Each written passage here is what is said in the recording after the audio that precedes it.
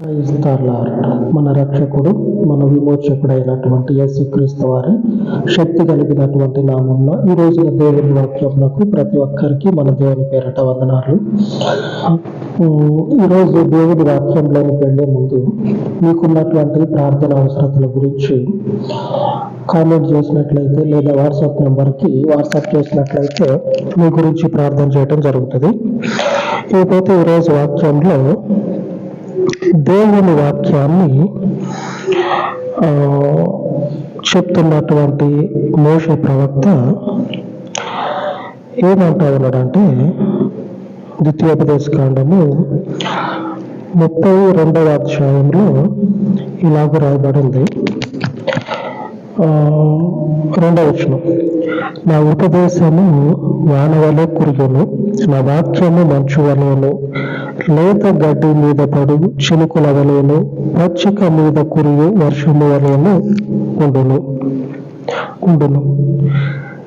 ఇదే లేఖనము గురించి ఒకసారి మనం ధ్యానిస్తే అర్థం ఏంటంటే, పచ్చి గడ్డి మీద పడేటువంటి వర్షము గురించి, అలాగనే మంచులాగా ఉంటుందంట దేవుని వాక్యం. ఇంకొక విషయము, లేత గడ్డి మీద పడేటువంటి చినుకులాగా.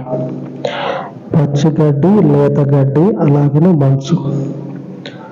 మనం చెప్పుకుంటున్నట్టు నిజంగానే మంచా, లేకపోతే లేత గడ్డి అదే, లేకపోతే పచ్చిక మీద పడేటువంటి వర్షం.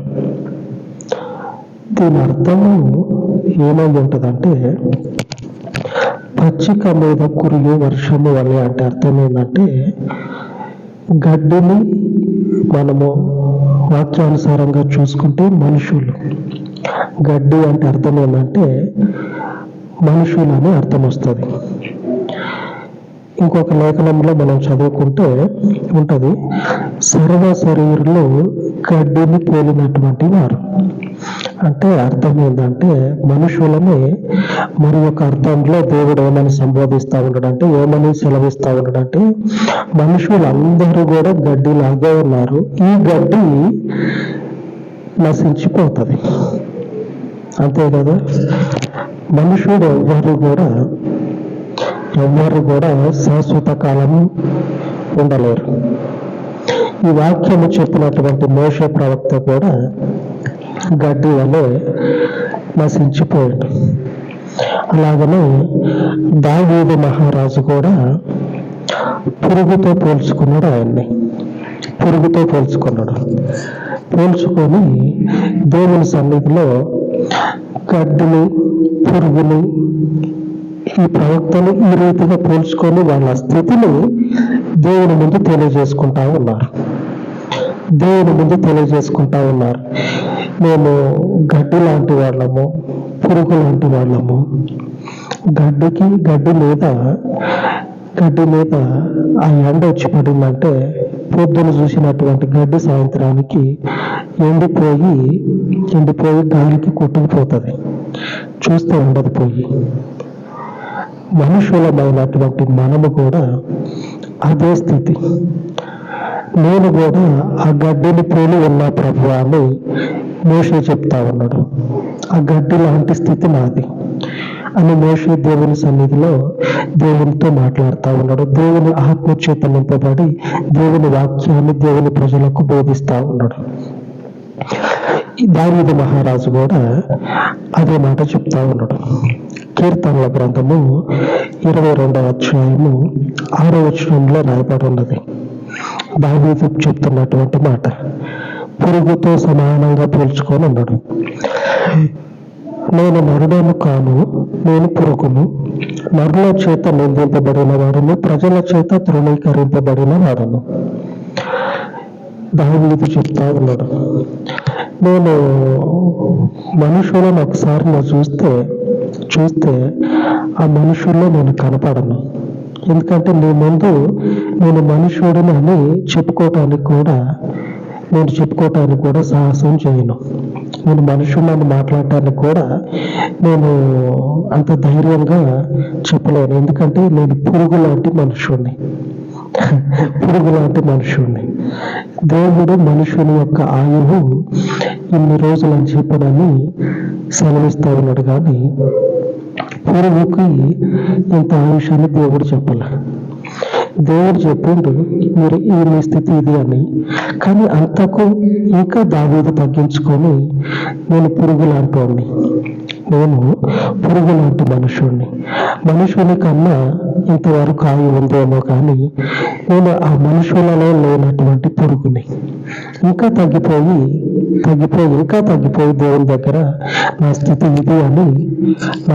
ఇది అని చెప్పుకుంటా ఉన్నాడు దావీదు. నా స్థితి ఇది అని దేవుని సన్నిధిలో చెప్పుకుంటా ఉన్నాడు. పురుగునైనటువంటి నేను ఇప్పుడున్న తల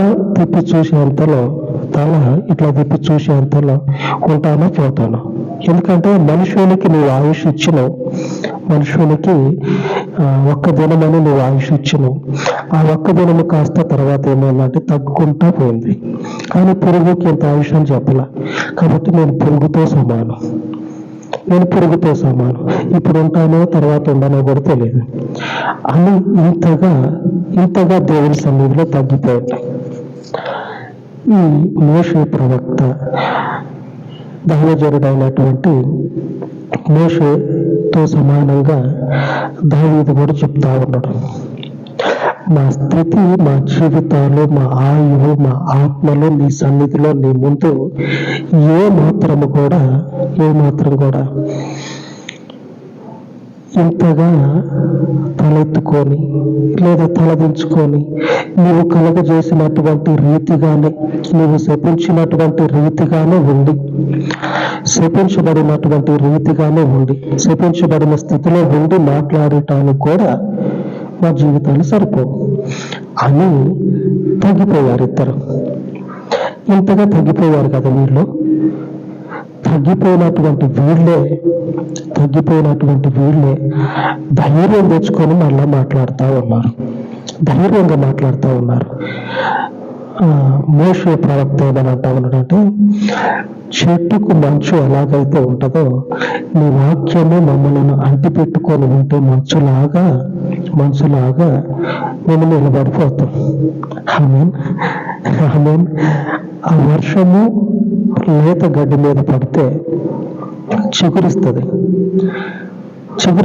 ఆ మంచు పడి, ఆ వర్షము పడి ఆ గడ్డి ఏమవుతుందంటే చిగురిస్తుంది. నీ వాక్యము వర్షములాగా మా జీవితాల్లోకి వచ్చి పడితే ఫలిస్తాం. మేము ఫలిస్తాం. శపించబడినటువంటి మేమే నీ వాక్యము ఏమవుతుందంటే మమ్మల్ని ఫలింపజేస్తుంది. శపించబడినటువంటి మమ్మల్ని ధైర్యంగా నీ ముందు నిలబడుతుంది. నీ వాక్యము మాత్రమే ఎప్పటికీ నిలిచేది. నీ వాక్యము మాత్రమే.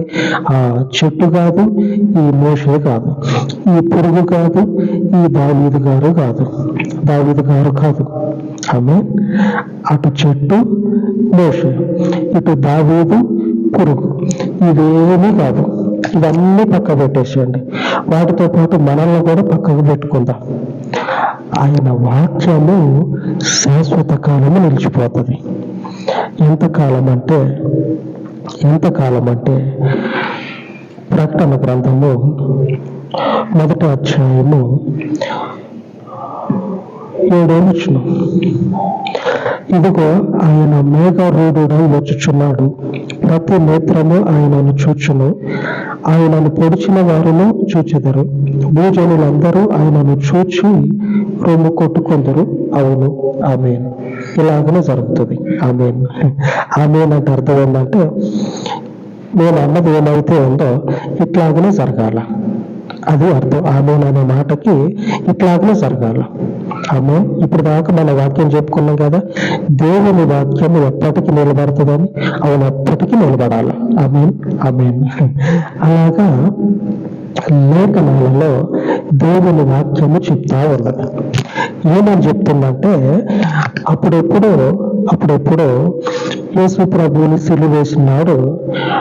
ఆ సైనికుల్లో ఒకడు ఏం చేస్తాడంటే ఈటని తీసుకొని ఆ రొమ్ములకి అది ఆ డొక్కలో పొడిస్తే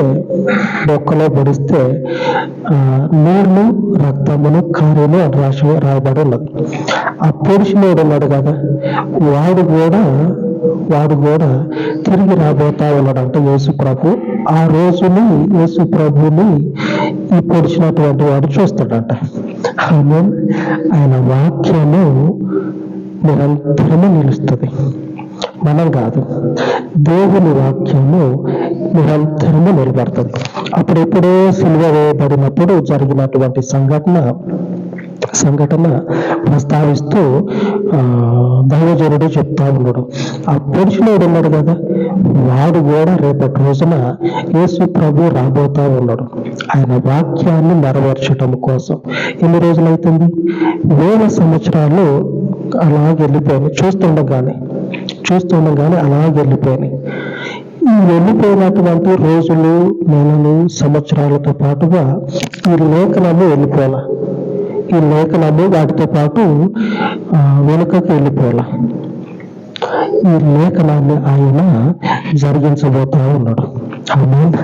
దేవునికి స్తోత్రం కలుగును గాక. లేఖనము ఏమని సెలవిస్తా ఉన్నదంటే, ఈరోజు మన వాక్య ధ్యానము ఇప్పుడు చదువుకున్నటువంటి ఈ లేఖనానికి కొనసాగింపుగా మనం చూసుకుంటే 1 పేతురు 1వ అధ్యాయము 24వ వచనంలో ఈ మాట రాయబడి ఉన్నది. ఈరోజు మన వాక్య ధ్యానము, సర్వ శరీరులు గడ్డిని పోలిన వారి అందమంతయు గడ్డి పువ్వు వలె ఉన్నది. గడ్డి ఎండును, దాని పువ్వును రాలును, అయితే ప్రభు వాక్యము ఎల్లప్పుడూ నిలుచును. ఇందులో మన వాక్య ధ్యానము, ఈరోజు దేవుడు మనకు చేసిన వాగ్దానం ఏంటంటే, ఆ రోజున యేసు ప్రభువుని పొడిచినటువంటి వాడు తిరిగి యేసు ప్రభు వచ్చేటువంటి రోజుని ఆయనని చూడబోతా ఉన్నాడు. ఎలాగ చూస్తాడు? లేరు కదా, ఎలాగ చూస్తాడు? దేవుని వాక్యము లేఖనంలో రాయబడ్డది, ప్రభువు వాక్యము ఎల్లప్పుడూ నిలబడి తీరుతుంది. దేవుని వాక్యము సత్యము కాబట్టి ఆ వాక్యము నెరవేర్పు అనేది రాబోయే రోజుల్లో దేవుడు జరిగిస్తాడు. ఇప్పటికే ఎన్నో జరిగిపోతా ఉన్నాయి. ఆయన వచ్చేది కూడా అంతే సత్యము. ఎన్ని జరుగుతా ఉన్నాయో ఇప్పుడు, వీటికి కొనసాగింపుగా ఆయన వచ్చేది కూడా అంతే సత్యం. ఆ వచ్చిన నాడు ఈ పొడిచినటువంటి వాడు కూడా చూడటం కూడా అంతే సత్యం. మనుషులమైనటువంటి మనమందరము కూడా నశించిపోతాం. గడ్డి లాంటి జీవితాలు, పురుగు లాంటి జీవితాలు కాలగర్భంలో కలిసిపోతాయి. కానీ ఆయన మాట నెరవేరుతుంది. భవిష్యత్తులో ఆయన మాట నెరవేరుతుంది. కాలగర్భంలో మనలాంటిది కాదు దేవుని మాట. కాలగర్భంలో కలిసిపోవటానికి, ఆకాశానికి భూమికి నువ్వెక్కడ అని హద్దులు పెట్టినటువంటి దేవుని మాట. దేవునికి స్తోత్రం కలుగును కాక, దేవునికే మహిమ కలుగును కాక.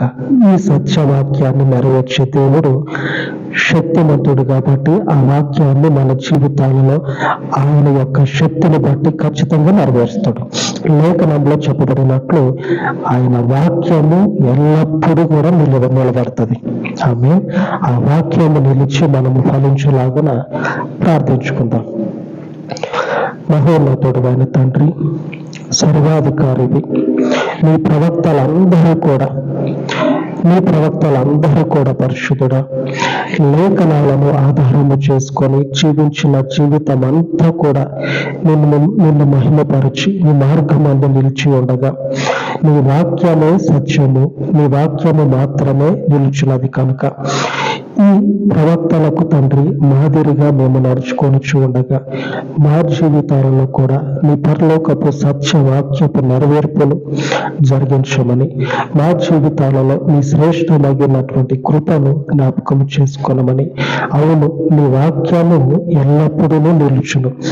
మనుషులందరూ కూడా గడ్డి వలె నశించిపోవచ్చు ఉన్నారు, కానీ నీ సత్యవాక్యము నిరంతరము నిలిచి భూమి యందు నిన్ను మహిమపరచు జరుగుచూ ఉన్నది కనుక నీకు మహిమ కలుగునట్లుగా నీ వాక్యములు ఈ భూమండలం మీద అనేకులకు మాదిరికరముగా ఉండినట్లు, అనేకులు నీ యందు విశ్వాసం ఉంచి నిన్ను అనుసరించినట్లు నీ కృప చొప్పున నీ వాక్యములు స్థాపించమని యేసు మహిమ కలిగిన నామమున ప్రార్థించి వేడుకొనుచు నాను తండ్రి.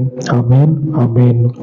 సర్వోన్నతుడైన దేవుని కృప నిత్యము మనకు తోడయ్యుండును గాక. ఆమేన్, ఆమేన్.